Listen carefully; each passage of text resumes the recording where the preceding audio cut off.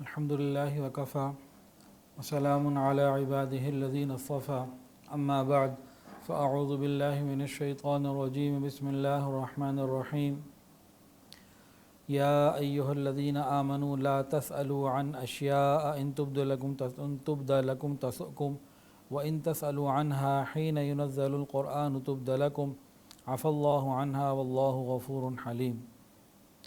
اے ایمان والو، ایسی چیزوں کے بارے میں سوالات نہ کیا کرو اگر تم پر ظاہر کر دی جائیں تو تمہیں ناگوار ہو، اور اگر تم ان کے بارے میں ایسے اوقات میں سوال کرو گے، ایسے وقت میں سوال کرو گے جب کہ قرآن نازل کیا جا رہا ہو تو وہ تم پر ظاہر کر دی جائیں گی۔ البتہ اللہ تعالیٰ نے پچھلی باتیں معاف کر دی ہیں اور اللہ بہت بخشنے والا بردبار ہے۔ تم سے پہلے ایک قوم نے اس قسم کے سوالات کیے تھے اور پھر جو ان کے جوابات دیے گئے وہ ان سے منکر ہو گئے۔ اس آیت کا شان نزول یہ ہے، مسلم شریف کی روایت کے مطابق جب حج کی فرضیت نازل ہوئی تو ایک صحابی تھے اقرا ابن حابس رضی اللہ تعالی عنہ، انہوں نے رسول اللہ صلی اللہ علیہ وسلم سے یہ پوچھا، کیا ہم پر ہر سال حج فرض ہے؟ رسول اللہ صلی اللہ علیہ وسلم خاموش رہے، سکوت اختیار فرمائے، جواب نہ دیا۔ انہوں نے پھر سوال پوچھا، یا رسول اللہ کیا حج ہم پر ہر سال فرض ہے؟ نبی علیہ السلام پھر خاموش رہے۔ انہوں نے تیسری مرتبہ پوچھ لیا ایک ہی سوال، آپ کے بار بار خاموشی کے باوجود بھی، کہ کیا ہر سال ہمارے اوپر حج فرض ہے؟ نبی علیہ السلام نے تیسری مرتبہ ذرا غصے کے ساتھ، ناراضگی کے ساتھ تنبیہ فرمائی اور فرمایا، ہاں اگر میں تمہارے جواب میں ہاں کہہ دیتا تو ہر سال حج تمہارے اوپر فرض ہو جاتا، پھر تمہارے لیے اس کو نبھانا بہت مشکل ہوتا۔ اور پھر فرمایا کہ جن چیزوں کے متعلق میں تمہیں کوئی حکم نہ دوں اس کو اسی طرح رہنے دو، بہت کھود کرید کے سوال نہ کرو، بال میں سے کھال نہ نکالا کرو۔ تم میں سے بعض امتیں پہلے اسی لیے ہلاک ہو گئیں کہ انہوں نے اپنے انبیاء سے ایسے ایسے سوالات کیے، پھر اس کی تفصیلات جب آئیں تو وہ ان کو پورا نہ کر سکے۔ سوال پوچھنا اور سوال نہ پوچھنا، ان دونوں کے اندر آداب بتائے گئے ہیں۔ اس آیت میں یہ بتایا گیا کہ غیر ضروری سوال سے انسان کو اجتناب کرنا چاہیے۔ پہلی امتوں میں کیا ہوتا؟ بہت سارے واقعات ہیں۔ ایک واقعہ تو یہ ہے کہ حضرت موسیٰ علیہ السلام کے زمانے میں قتل ہوا، قاتل کا پتہ نہیں چل رہا تھا، تو لوگوں نے موسیٰ علیہ السلام سے کہا آپ اللہ سے پوچھ کے بتائیں۔ حضرت موسیٰ علیہ السلام نے اللہ تعالیٰ سے پوچھا تو فرمایا اللہ نے کہ بھئی ان سے کہو کہ ایک گائے کو ذبح کریں، مسئلہ حل ہو جائے گا۔ جب انہوں نے کہا گائے کو ذبح کرو، انہوں نے کہا آپ کیا ہم سے مذاق کرتے ہیں؟ گائے کو ذبح کرو، قاتل کا پتہ لگانا ہے، تو گائے کا اس سے کیا تعلق؟ موسیٰ علیہ السلام نے فرمایا کہ میں اللہ کے معاملے میں تم سے کوئی مذاق نہیں کرتا، حکم ربی یہی ہے۔ پھر کہنے لگا اچھا پوچھیں کس طرح کی ہو، عمر کتنی ہو؟ اللہ تعالیٰ نے بتا دیا نہ زیادہ چھوٹی ہو نہ زیادہ بڑی ہو۔ پھر پوچھنے لگے جی اور اس کے بارے میں کچھ بتائیں۔ کہا کہ بھئی عمل کر لو کام ختم ہو جائے گا۔ نہیں جی اور بتائیں۔ پھر بتایا گیا کہ بھئی بہت خوبصورت ہو اور کھیت میں بھی نہ لگائی گئی ہو اور کنویں کے ساتھ بھی نہ لگائی گئی ہو۔ جب ساری صفات معلوم کر لیں کہا اب جاؤ۔ خیر وہ بڑی مشکل سے تلاش کر کے لائے، ورنہ ابتدا میں جب ان کو کہا گیا تھا کوئی بھی ذبح کر لیتے گائیں، ان کا مسئلہ حل ہو جانا تھا، تو مشکلات پیدا کی۔ تو سوال کرنا، سوال در سوال یا بلا وجہ سوال کرنا یہ منع ہے۔ جیسے آج کل بہت سارے لوگ ایسا سوال کر لیتے ہیں کہ حضرت نوح علیہ السلام کی جو کشتی تھی اس کا سائز کتنا تھا، حضرت موسیٰ علیہ السلام کی والدہ کا نام کیا تھا، وہ جو سلیمان علیہ السلام کے پاس علم والا تھا اس کا نام کیا تھا۔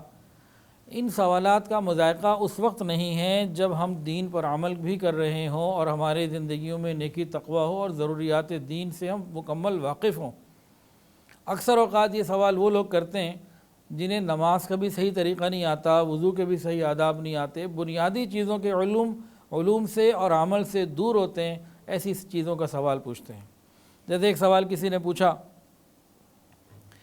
کہ شیطان تو جن میں سے ہے، جنات میں سے ہے، اور فرشتے الگ ہیں، تو اللہ رب العزت نے جو حکم دیا تھا اسجدوا لآدم، فرشتوں کو حکم دیا تھا آدم علیہ السلام کو سجدہ کرو، شیطان کو تو حکم ہی نہیں دیا تھا۔ جب حکم اس کو نہیں دیا تو راندہ درگاہ کیوں کر دیا؟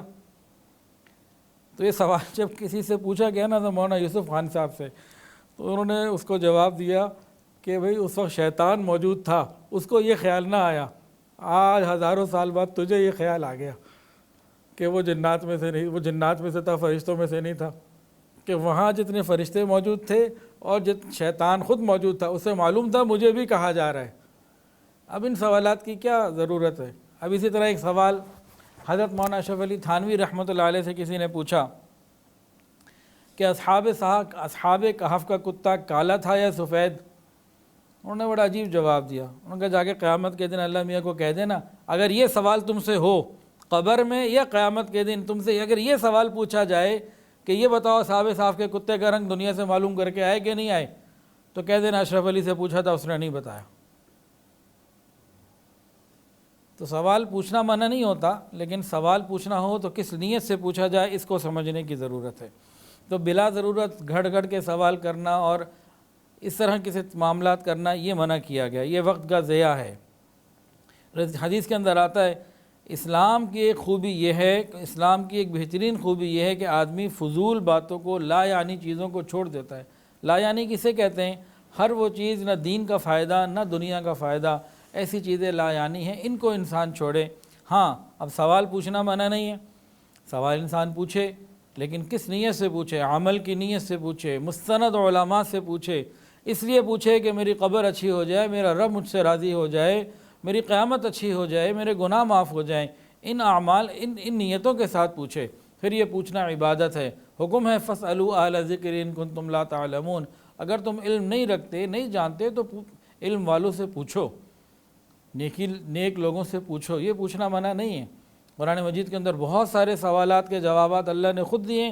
سوال پوچھا گیا رسول اللہ صلی اللہ علیہ وسلم سے اور قرآن نازل ہوتا رہا، وَيَسْأَلُونَكَ عَنِ الْمَحِيضِ وَيَسْأَلُونَكَ عَنِ الْخَمْرِ وَالْمَيْسِرِ وَيَسْأَلُونَكَ عَنِ الْيَتَامَى، کتنے سوال ہیں۔ اور ایک سوال تو ایسا ہے کہ اللہ تعالیٰ نے بس ایسا لگتا ہے کہ سوال پوچھنے والے یہ جو سوال پوچھا اللہ تعالیٰ بھی اس سے خوش ہو گئے ہوں گے۔ پوچھا گیا تھا کہ وَإِذَا سَأَلَكَ عِبَادِي عَنِّي فَإِنِّي قَرِيب، کہ میرے محبوب آپ سے پوچھتے ہیں کہ میں کتنا دور ہوں، کہاں ہوں، تو بتا دیجئے میرے بندوں کو میں بہت قریب ہوں۔ وَإِذَا سَأَلَكَ عِبَادِي عَنِّي فَإِنِّي قَرِيب، اللہ تعالیٰ نے فرمایا کہ جو میرے بارے میں پوچھتے ہیں تو آپ ان کو بتا دیجئے کہ میں بہت قریب ہوں۔ تو سوال پوچھنا علم کی نیت سے، عمل کی نیت سے، اپنی کوتاہیوں کو ٹھیک کرنے کی نیت سے، آخرت کی تیاری کی نیت سے، دنیا یا دین کا کوئی پازیٹیو وے میں فائدہ ہو رہا ہو اس نیت سے پوچھنا یہ بہت اچھی بات ہے۔ بلا ضرورت سوال در سوال اور صرف بعض دفعہ چھیڑنے کے لیے سوال کر لیتے ہیں، تو ان چیزوں سے روکا گیا، منع کیا گیا، قرآن مجید میں صاف منع کیا گیا۔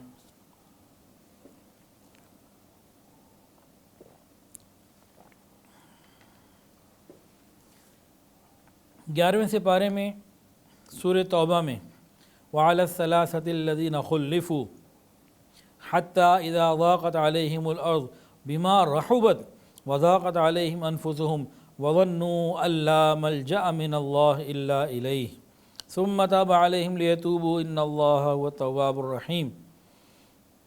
اور ان تینوں پر بھی اللہ نے رحمت کی نظر فرمائی جن کا فیصلہ ملتوی کر دیا گیا تھا، یہاں تک کہ جب ان پر یہ زمین اپنی تمام وسعتوں کے باوجود تنگ ہو گئی تھی اور ان کی زندگیاں ان پہ بھاری ہو گئی تھیں اور انہوں نے سمجھ لیا تھا کہ اللہ ہی کی پناہ میں آئے بغیر اور کوئی پناہ مل نہیں سکتی، پھر اللہ نے ان پر رحم فرمایا تاکہ وہ اللہ ہی سے رجوع کیا کریں۔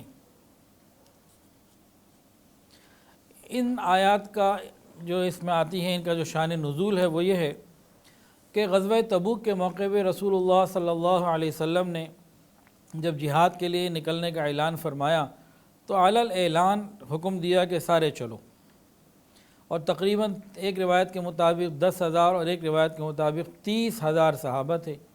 سخت گرمی کا موسم تھا، کھجوریں بالکل فصل بالکل تیار تھی، صحابہ انتہائی تنگ دستی کے عالم میں تھے اور 700 کلومیٹر دور کا سفر تھا، بہت مشکل سفر تھا۔ تو نبی علیہ السلام نے اعلان کروا دیا کہ بھئی سب چلو۔ تو بہت سارے لوگ گئے، 30,000 کے قریب، لیکن بعض لوگ کسی وجہ سے نہ جا سکے. کچھ تو منافقین تھے وہ نہ جا سکے، مطلب خود نہیں گئے. کچھ معذور تھے، بوڑھے تھے، کمزور تھے، بیمار تھے، وہ عذر کی وجہ سے نہ گئے. لیکن یہ 3 صحابی ایسے تھے، 3 ایسے بزرگان ایسے تھے انصاری کہ ان کے پاس جانے کی وجہ بھی کوئی نہیں تھی، نہ جانے کی کوئی وجہ بھی نہیں تھی، اور جا بھی نہیں سکے، رہ گئے. تو اس میں ایک صاحب ہیں کعب ابن مالک رضی اللہ تعالی عنہ، انہوں نے بہت طویل واقعہ اپنا پورا خود بیان کیا اور اپنا پورا نقشہ کھینچا ہے.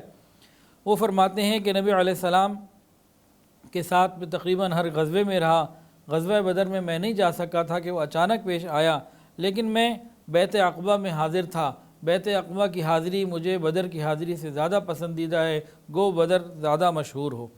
فرماتے کہ تبوک کا جب وقت آیا اور اعلان کا وقت ہوا، اس وقت میرے پاس سواری بھی تھی، مال بھی تھا، صحت بھی تھی، اور میرے پاس اتنی زیادہ آسانی آج تک کبھی نہ آئی تھی جو اس وقت تھی. اور نبی علیہ السلام نے اعلان کر دیا اور صحابہ کرام روانہ ہو گئے. نبی علیہ السلام نے جمعرات کے روز اس سفر کا آغاز کیا. نبی علیہ السلام کو جمعرات کا دن پسند تھا سفر کے آغاز کے لیے، وہ جہاد کا سفر ہو یا کوئی اور سفر.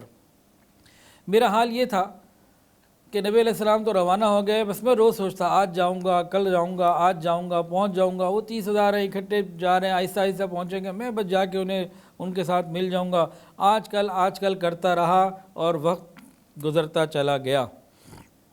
پھر جب میں مدینہ میں گھومتا تو میرا دل غمگین ہو جاتا. یا تو مجھے منافقین نظر آتے یا بوڑھے کمزور اپاہج بیمار اس طرح کے لوگ نظر آتے، تو مجھے بڑی شرمندگی ہوتی. اور بس میں ارادہ کرتا کہ بس پہنچ جاؤں، لیکن پھر آج کل میں رہ گیا. حتیٰ کہ نبی علیہ السلام نے سارے راستے میں میرے بارے میں کسی نے سے نہ پوچھا. ہاں، تبوک پہنچ کر ایک مجلس میں آپ نے پوچھا کعب ابن مالک کا کیا ہوا؟ تو بنو سلمہ کے ایک لوگوں میں سے کسی نے کہا یا رسول اللہ، ان کے پاس امداد لباس اور اس طرح کی کوئی بات کہی کہ ان چیزوں نے، ان کی 2 بیویوں نے ان کو روک دیا ہے. اس طرح کی جب غیبت کی تو معاذ ابن جبل فوراً کہنے لگے تم نے بری بات کہی یا رسول اللہ، میں نے ان میں سوائے خیر کے کچھ نہیں دیکھا. آئے کیوں نہیں اس کا تو مجھے معلوم نہیں، لیکن سوائے خیر کے میں نے کچھ نہیں دیکھا. یہاں سے معلوم ہوا کہ صحابہ کی مجلس میں اگر کوئی آدمی کسی کے بارے میں غلط بات کر دیتا، بعض دفعہ منافقین بھی ساتھ ہوتے تھے جن کا ایمان لوگوں کے سامنے تو ایمان والے ہوتے تھے، اللہ کے ہاں ان کا ایمان نہیں تھا، تو کبھی غلط بات کر دیتے تو صحابہ کرام صحیح بندے کا پورا دفاع کیا کرتے تھے. ایسے نہیں کسی نے کسی کی غیبت کی، چلو جی وہ ٹاپک آگے چل پڑا. حضرت کعب کہتے ہیں کہ اتنے مجھے اطلاع ملی کہ نبی علیہ السلام واپس آ رہے ہیں، تو مجھے بڑی فکر ہوئی. اب بڑا سوچوں، میں یہ عذر کر دوں گا، میں یہ بہانہ کر دوں گا، میں یہ کر دوں گا، میں وہ کر دوں گا. بہت سوچتا رہا کہ اس طرح کے خیالات آتے رہے. پھر نبی علیہ السلام آ گئے، تشریف لے آئے، تو بس میرے دل نے یقین کر لیا کہ اس قسم کی کوئی جھوٹ، کوئی بہانہ، کوئی ہیلہ بازی کچھ نہیں کرنا. میں نے تو نبی علیہ السلام کے سامنے سچ ہی بولنا ہے اور سچ ہی کے اندر نجات ہے. فرماتے ہیں کہ نبی علیہ السلام جب واپس تشریف لائے تو حسب عادت چاشت کے وقت، یعنی سورج جب خوب نکل جاتا ہے اس وقت مدینہ میں داخل ہوئے. پہلے مسجد تشریف لے جاتے تھے، اس کے بعد 2 رکعت مسجد میں پڑھتے، پھر بی بی فاطمہ کے پاس جاتے اور پھر اپنے گھر جایا کرتے تھے. یہ نبی علیہ السلام کی ترتیب تھی. فرماتے ہیں کہ اسی عادت کے مطابق آپ مسجد تشریف لے گئے، 2 رکعت نماز پڑھی اور مسجد میں بیٹھ گئے. تو بہت سے منافقین تھے جن کی تعداد 80 سے زیادہ تھی، وہ ایک دوسرے کے بعد آتے رہے اور نبی علیہ السلام کو کہتے رہے کہ جی ہمارا یہ عذر، اور نبی علیہ السلام ان کا معاملہ اللہ پہ چھوڑ کر ان سے درگزر کرتے رہے. کہتے ہیں اسی حال میں بھی بیٹھ گیا. جب وہ لوگ فارغ ہوئے تو نبی علیہ السلام کے سامنے جب بیٹھا تو آقا نے ایسا تبسم فرمایا جیسے کوئی ناراض آدمی کیا کرتا ہے. اور بعض روایت میں ہے کہ نبی علیہ السلام نے چہرہ مبارک پھیر لیا. میں نے عرض کیا یا رسول اللہ مجھ سے چہرہ کیوں پھیرتے ہیں؟ میں نے نفاق نہیں کیا، نہ دین کے معاملے میں کسی شک و شبہ میں مبتلا ہوا، نہ اس میں کوئی تبدیلی کی. آپ نے فرمایا پھر جہاد میں کیوں نہیں گئے؟ کیا تم نے سواری نہیں خرید لی تھی؟ تو کہتے ہیں کہ میں نے عرض کیا یا رسول اللہ اگر میں آپ کے سوا دنیا کے کسی دوسرے آدمی کے پاس بیٹھتا تو مجھے یقین ہے کہ میں کوئی عذر گھڑ لیتا اور ناراضگی سے بچ جاتا، کیونکہ مجھے بات بنانے میں خوب مہارت ہے. لیکن قسم ہے اللہ کی میں نے یہ سمجھ لیا ہے، یہ بات میں سمجھ چکا ہوں، آپ کے سامنے کر جھوٹ بولا. وقتی ناراضگی سے اگر میں بچ بھی گیا، اللہ تعالیٰ حقیقت کھول دیں گے تو بعد کی وہ ناراضگی جو ہے وہ میرے لیے زیادہ مشکل ہوگی۔ اور ابھی میں آپ کے سامنے سچ بول رہا ہوں، گو آپ اس وقت ناراض تو ہو رہے ہیں، لیکن اللہ تعالیٰ یقیناً مہربانی فرمائیں گے اور میری توبہ کو قبول فرمائیں گے۔ یا رسول اللہ، صحیح بات یہ ہے کہ جہاد سے غائب رہنے میں میرا کوئی عذر نہیں تھا، میں زندگی میں کسی وقت بھی مالی اور جسمانی طور پر اتنا قوی اور پیسے والا نہیں تھا جتنا آج تھا۔ نبی علیہ السلام نے فرمایا، اس شخص نے بولا تو سچ ہے، بس ایسا ہے کہ اللہ تعالیٰ جب تمہارے بارے میں کوئی فیصلہ فرما دیں پھر ہی کوئی بات ہوگی۔ کہتے ہیں میں یہاں سے اٹھ کے چلا تو کچھ لوگ میرے پاس آئے، مجھے کہنے لگے کہ بھئی تم نے آج سے پہلے تو کبھی کوئی غلطی نہیں کی، ہمیشہ ساتھ رہے، کوئی جھوٹ بول دیتے، کوئی بات کر لیتے، اتنے لوگ تو گئے، تم بھی کر لیتے۔ کہتے ہیں انہوں نے جب مجھے کہا تو پھر میرے دل میں خیال آیا کہ میں واپس چلا جاؤں، میں جا کے کہوں یا رسول اللہ واقعی کو عذر تھا، میں نے ویسے ہی عذر بیان نہیں کیا، ڈر گیا یہ وہ۔ کہتے ہیں میں نے خیال تو کیا، لیکن پھر دل میں ایک دم خیال آیا کہ ایک گناہ تو میں نے یہ کیا کہ میں گیا نہیں جہاد میں، اور میں جھوٹ بول کے جب بہانہ بناؤں گا، کوئی دوسری بات کروں گا، یہ دوسرا گناہ ہو جائے گا، تو میں تو یہ نہیں کرتا۔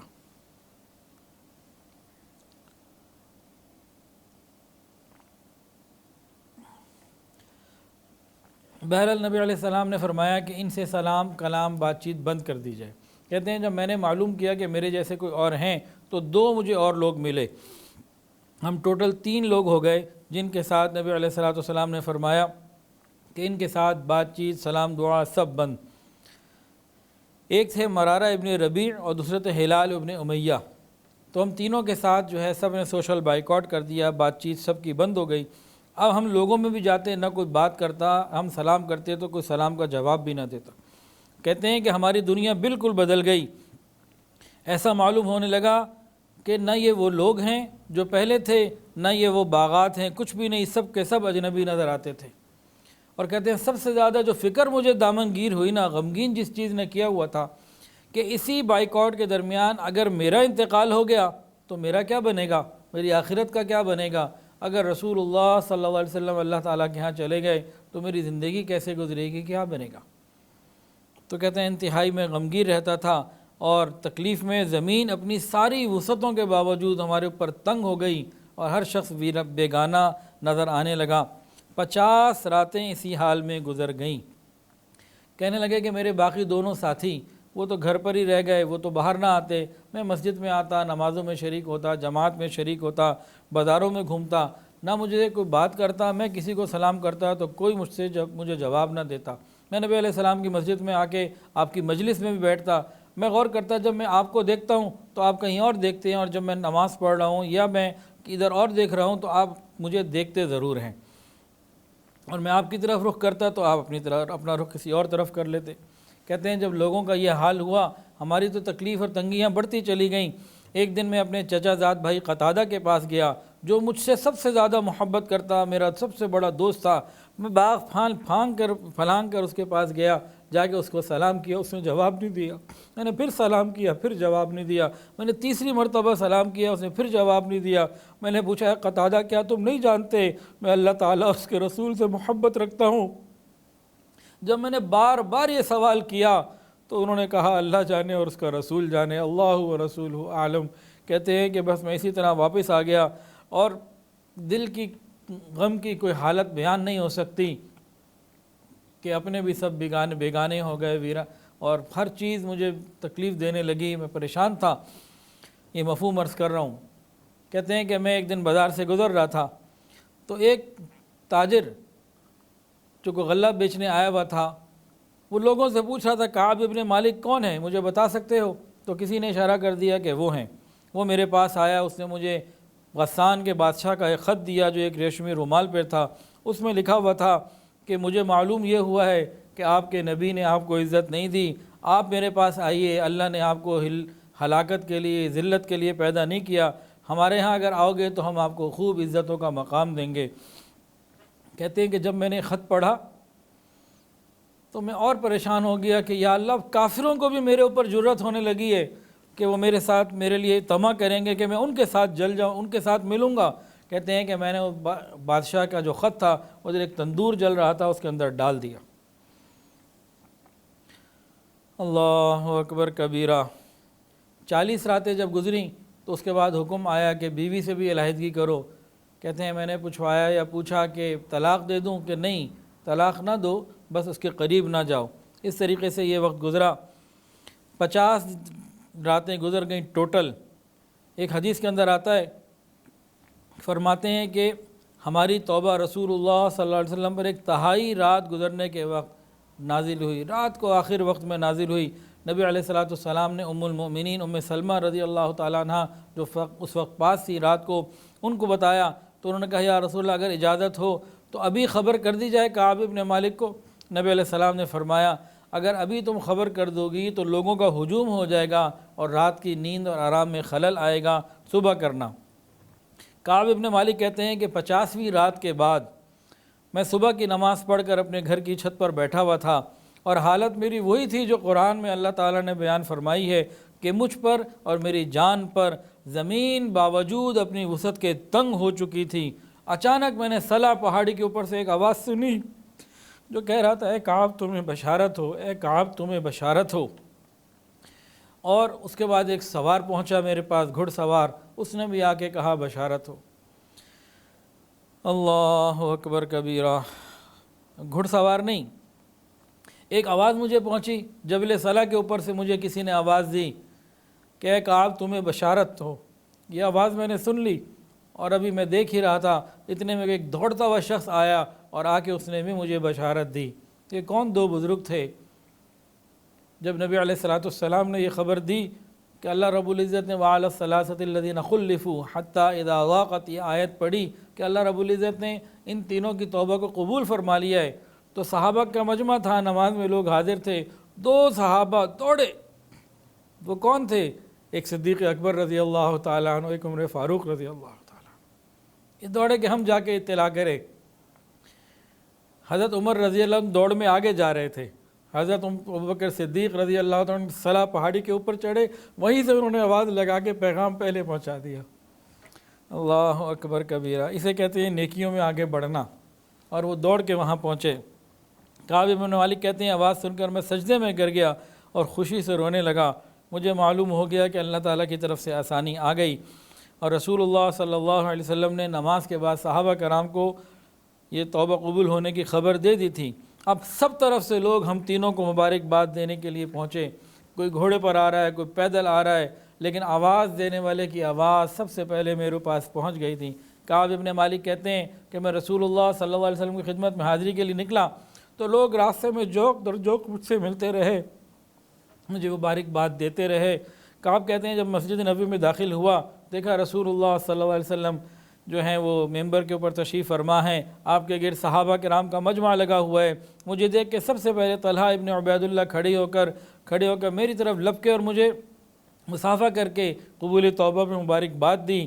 میں طلحہ کا یہ احسان کبھی نہیں بھول سکتا۔ اور جب میں نے نبی علیہ السلام کو سلام کیا تو میں نے دیکھا آپ کا مبارک چہرہ خوشی سے چمک رہا ہے، اور نبی علیہ السلام نے فرمایا کعب تجھے بشارت ہو، تمہیں ایسے دن کی مبارک ہو جو تمہاری عمر میں پیدائش سے لے کر آج تک سب سے زیادہ بہترین دن ہے۔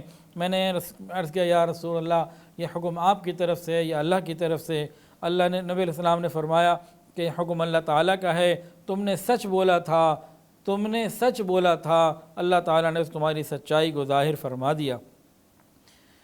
فرماتے ہیں کہ میں آپ کے سامنے بیٹھا تو میں نے عرض کیا یا رسول اللہ میری توبہ یہ ہے میں اپنا سارا مال اللہ کے راستے میں دیتا ہوں، اسی کی وجہ سے میں نہیں جا سکا تھا۔ فرمایا کچھ اپنے لیے ضرورت کا رکھو باقی دو۔ فرمایا کہ اچھا آدھا مال دیتا ہوں کہ نہیں اور رکھو؟ فرمایا 1/3 میں دیتا ہوں، 2/3 رکھتا ہوں۔ فرمایا کہ ہاں یہ ٹھیک ہے۔ پھر کہتے ہیں میں نے عرض کیا یا رسول اللہ مجھے اللہ تعالیٰ نے سچ بولنے کی وجہ سے نجات دی ہے، اس لیے میں آپ سے وعدہ کرتا ہوں جب تک زندہ رہوں گا کبھی سچ کے سوا میری زبان سے کوئی بات نہیں نکلے گی۔ فرماتے ہیں کہ میں نے جب سے نبی علیہ السلام سے سچ بولنے کا عہد کیا الحمدللہ آج تک کوئی کلمہ جھوٹ کا میری زبان پر نہیں آیا۔ فرماتے ہیں کہ میں نے سچ بولا، اگر میں جھوٹ بولتا تو ہلاکت میں پڑ جاتا جیسے اور منافقین ہلاکت میں پڑ گئے۔ تو سچ کے اندر نجات ہے۔ اس واقعے میں بہت ساری چیزیں ہیں جو سمجھنے والی ہیں۔ ایک تو یہ معلوم ہوا کہ جمعرات کے دن سفر پہ نکلنا یہ نبی علیہ السلام کو پسند ہے۔ سفر سے واپسی پہ مسجد آنا یہ بھی نبی علیہ السلام کی سنت ہے۔ دوسری بات یہ معلوم ہوئی کہ اپنے کسی بزرگ، مرشد، استاد، والد، ٹیچر، بڑے کے سامنے، شوہر، ان سب کے سامنے ان کو راضی کرنے کے لیے جھوٹ بولنا یہ جائز نہیں۔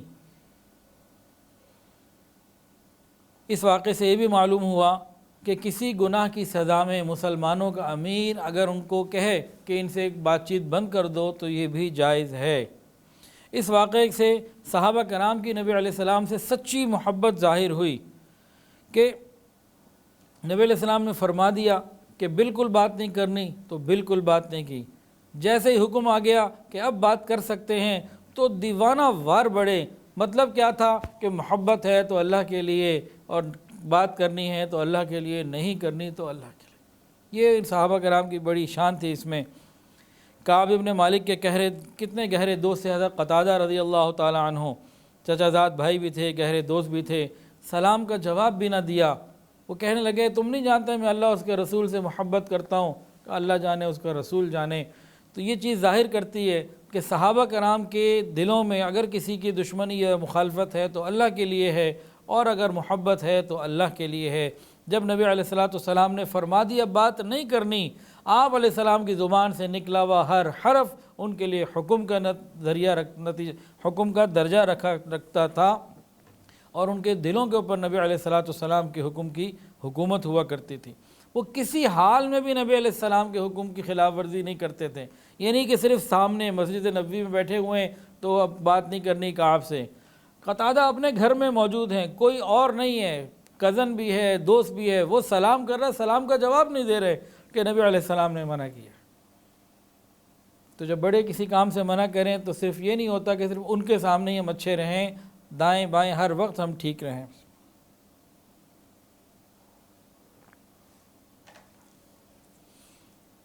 پھر اتنی تکلیف میں، تنگی میں حضرت کعب رضی اللہ تعالیٰ عنہ کے پاس شاہ غسان کا جو خط آیا اور آفر آئی کہ آ جاؤ ہمارے پاس، ہم تمہیں عزت دیں گے۔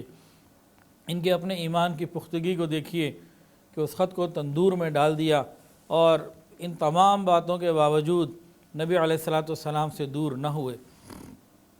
یہاں ایک بات اور بھی ہے، یہ خط کیا تھا؟ ایک میسج تھا۔ آج بھی اگر کسی غیر محرم کا میسج آئے گناہ کے لیے تو ہم اس میسج کو ڈیلیٹ کریں، بار بار میسج آئے تو چاہے موبائل کو جلانا پڑے جلا دیں، سم کو جلانا پڑے جلا دیں،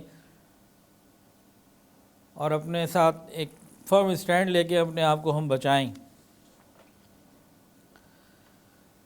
اللہ اکبر کبیرہ۔